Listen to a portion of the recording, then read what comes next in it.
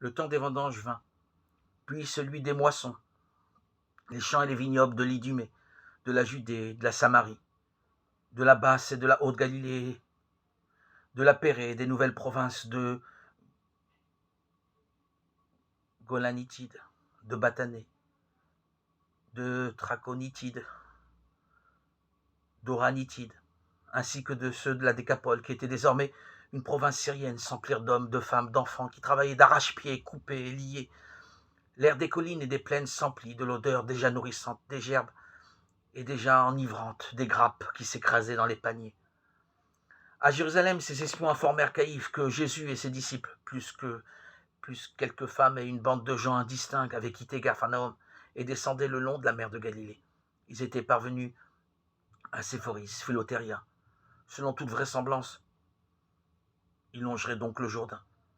Caïphe s'en entretint d'abord avec Annas, son beau-père et prédécesseur sur son trône, un homme riche d'expérience. Cet homme Jésus est décidément pressé, observa Annas. Je m'attendais à ce qu'il prépare son offensive pour la Pessa, mais je vois qu'il compte la faire coïncider avec Soukhot. Y vois-tu un symbole? Je crains d'en voir un, en effet. Il compte offrir à ses ennemis les fruits de ce qu'ils ont semé. Un silence morose suivit.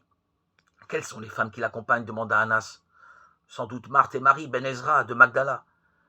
Leur père nous avait garanti un généreux tribut annuel à titre posthume.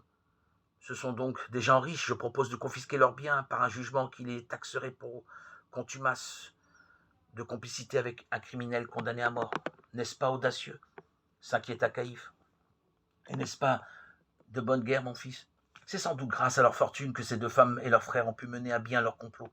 Sans argent, elles seront moins même de poursuivre leur menée séditieuse. Caïphe réfléchit à la suggestion. Oui, la décision du Sanhédrin ne serait pas difficile à obtenir. Je propose d'ailleurs, pour faire bonne mesure, qu'on fasse de même pour Joseph de Ramataï. Mais Nicodème, reprit Annas. Mais ils font toujours partie des 73. Eh bien, on les en exclura. Il faut témoigner d'autorité dans ces cas-là. Le lendemain même, lors d'une session ordinaire, les 3 propositions d'Annas furent votées par une majorité écrasante. Caïphe retrouva quelque sérénité et en informa Saül. Pareil aux mouches et présent, dès qu'il y avait quelque chaleur, le clergé de Jérusalem n'était quand même pas à la merci d'un agitateur de Galilée, quoi.